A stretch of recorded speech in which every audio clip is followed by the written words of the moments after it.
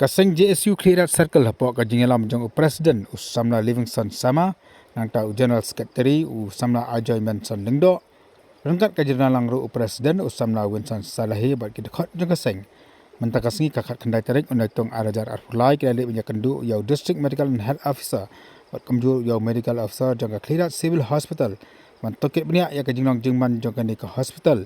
ya ka barang dap penkiu ke dan syaka Civil Hospital dang hani usnam ubaradap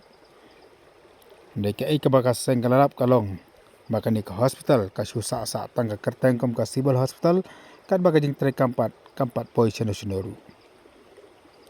Hadin kani ke jinglap dal ke jong kikmat da kaleng jaga seng kalap pa ke jing sengo bitar ka bajur ya ka sarkar hadin ke jing ui padlap ya ke jing sa dien jong kani ka jaga sumar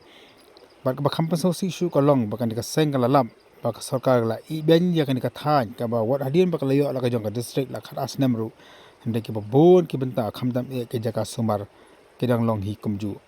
kumta da kajeng sungu bitar ya kani kajeng le jong sarkar nagaleng ka seng kala pendam no e ka kerteng Civil Hospital kat ba ka sarkar kampan la man penbiang e ki kor ki bor jong kani ka jaga sumar ba kamjuru ka jing man penbiang ya kajeng don jikinong trai hapo jong kani ka hospital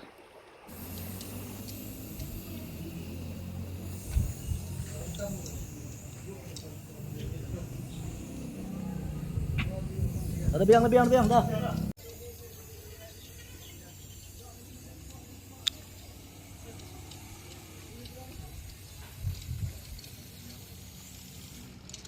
Ya.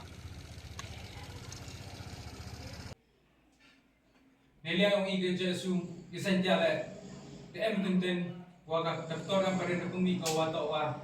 yang kamu percaya kelitiran Henry ini wani uongi wata wa Tahi kata ke hell ni ke civil hospital mi ke penbiang kakak mokso ega minister ke hell mi ke penbiang kamu termagi penwan dekat dengan tiran sini kani to gawi ke iwa i percaya